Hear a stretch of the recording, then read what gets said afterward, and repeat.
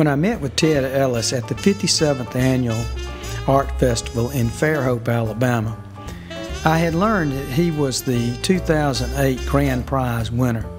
I knew he had been painting professionally for the last 12 to 14 years, but I wondered just how he got his start and something about his childhood.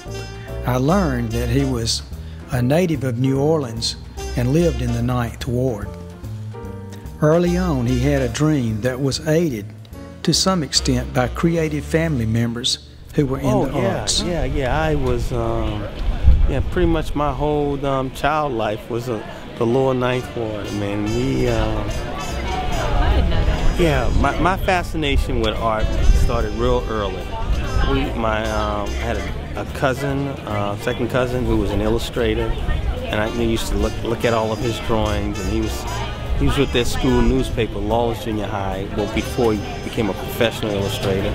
And then my first cousin Albert kind of doodled and collected a whole bunch of Marvel comic books. So I was taking the Marvel comic books and I was drawing from the Marvel comic books and DC comics and Archie comics.